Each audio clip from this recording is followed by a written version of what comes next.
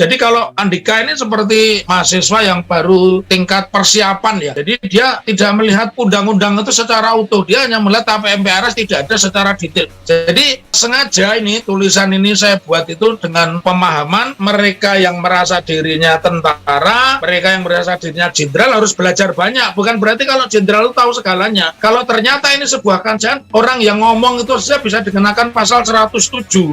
Jadi sekali lagi saya ingin forum ini merekomendasikan untuk membuat sikap, kalau dalam bahasa saya ditaboi gitu ya. Orang yang ngomong tidak pada tugasnya, orang yang tidak ngomong tanpa referensi, orang yang tidak ngomong berdasarkan legal standing ya wajib ditaboi.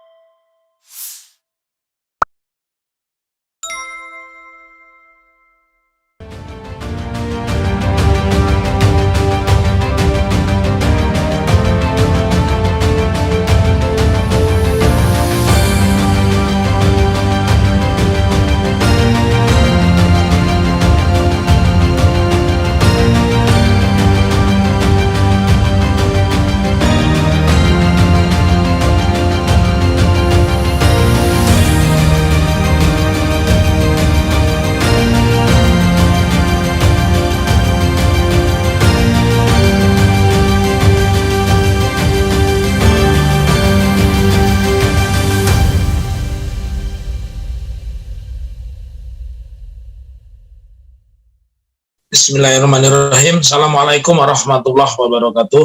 Waalaikumsalam warahmatullahi wabarakatuh. Semua yang di forum ini diberikan kesehatan dan diberikan kemudahan ya. Amin, amin, amin. Ya, saya ingin sampaikan nampaknya Andika ini memang sudah dipersiapkan dan makin kentara ya. Andika ini berada pada siapa, Andika ini mewakili siapa. Jadi Andika hanya mengutip kulit luarnya TAP MPRS nomor 25 1966. Tapi dia lupa kalau pada masa pemerintahan Pak Habibie, di mana pada saat itu Kapolrinya Badrodin Haiti, negara ini punya produk yang luar biasa, yaitu diundangkannya Undang-Undang 27 tahun 99.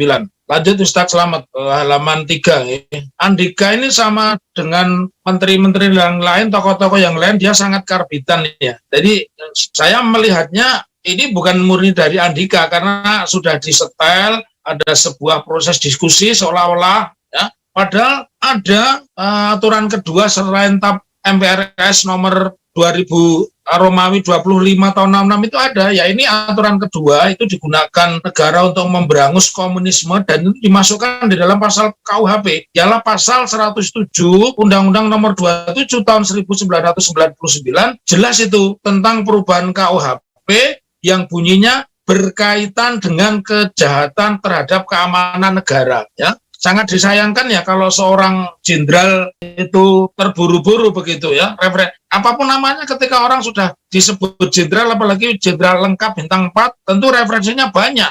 Pasal 107A undang tersebut berbunyi, barang siapa yang melawan hukum di muka umum dengan lisan, tulisan, atau melalui media apapun, menyebarkan atau mengembangkan ajaran komunisme, marxisme, leninisme dalam segala bentuk, dipidana penjara paling lama 12 tahun. Ini mudah-mudahan ini juga direlay oleh channel-channel lain ya, seperti Repli Harun yang followernya banyak, biar Andika juga baca ini ya. Jangan buru-buru 22 Desember tahun ini dia mau pensiun, kemudian dia seperti ditarget harus menyampaikan sesuatu. Lanjut Ustaz Slamet. Pasal tersebut berbunyi, barang siapa melawan hukum di muka umum dengan lisan atau tulisan atau media apapun, menyebarkan atau mengembangkan ajaran komunisme, marxisme, leninisme yang berakibat timbulnya kerusuhan dalam masyarakat atau menimbulkan korban jiwa atau harta benda, dipidana dengan penjara paling lama 15 tahun. Ini real, ini undang-undang ini real ya. Andika saja yang tidak tahu itu. Andika yang tidak tahu ya. Kemudian barang siapa melawan hukum di muka umum dengan lisan, tulisan, atau melalui media apapun menyebarkan. Ini menyebarkan atau mengembangkan ajaran komunisme, marxisme, leninisme dengan maksud mengubah atau mengganti Pancasila sebagai dasar negara, ia dipenjara paling lama 20 tahun. Berarti kemarin yang ini sebuah perbincangan yang sangat nyambung, sudah di skenario. Sebelumnya kan ada yang ingin mengkristalkan Pancasila, mencopot ayat-ayat Pancasila, hanya menjadi trisila atau menjadi satu sila, ya, ekasila. Dari fakta ini jelas kepada kita secara pidana mengembangkan, memfasilitasi, bahkan berkeinginan mengubah Pancasila itu bisa dipidana 20 tahun. Nah, terkait dengan pernyataan Andika, kita bisa lihat di pasal berikutnya, pasal 107E Ustadz Slamet. Sementara itu ini jelas ini supaya Andika mendengar ya.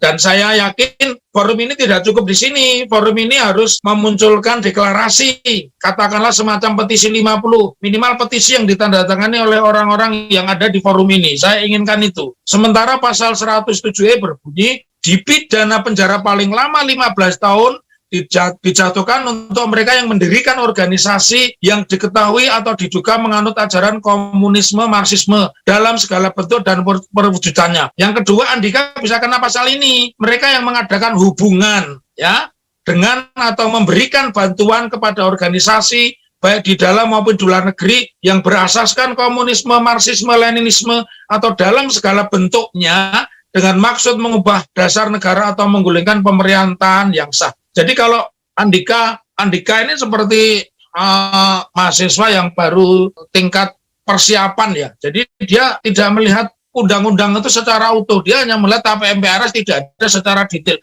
Sama juga orang yang mengatakan Quran itu nggak ada, masuk masjid harus copot sepatu, kan bukan begitu tafsirnya ya. Jadi sengaja ini tulisan ini saya buat itu dengan pemahaman mereka yang merasa dirinya tentara, mereka yang merasa dirinya jenderal harus belajar banyak. Bukan berarti kalau jenderal itu tahu segalanya. Kalau ternyata ini sebuah kajian, orang yang ngomong itu saja bisa dikenakan pasal 107. Saya sepakat dengan yang lain bahwa Andika ini mestinya bicara tentang TNI. Yang saya kaji, semua orang yang pernah menjadi panglima itu bicaranya kalau bukan menata internal, bicaranya juga kaitannya dengan musuh negara. Ini sama sekali tidak bicara dengan musuh negara. Di Papua itu ada musuh negara. Bahkan 2 hari kemarin itu seorang tentara, istri dan anaknya disembelih. Dosanya apa? Dan tidak ada perbincangan itu di dalam dialog Andika. Ya.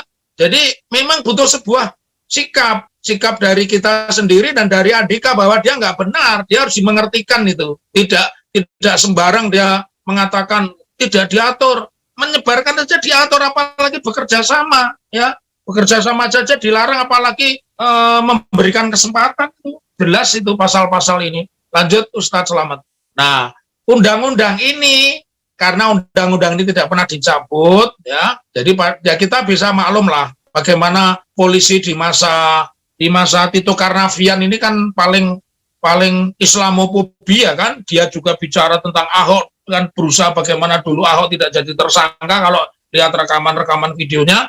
Sehingga pasal ini tidak pernah diberlakukan di masa Tito itulah. Orang memakai atribut PKI, memakai lambang-lambang PKI, kaos di bandara, di pasar, itu tidak diapa-apakan. Jadi yang namanya undang-undang ketika diundangkan, maka pada saat itu dianggap sudah berlaku dan sudah selesai. Artinya tidak ada lagi orang boleh menafsirkan bahwa seolah-olah diizinkannya keluarga ini hanya menggunakan tafsir MPRS 25 tahun 1966. Mestinya tidak dibicara secara sepihak. Dia harus bicara sebuah undang-undang itu menurut hukum tata negara ada kajiannya, namanya original intent.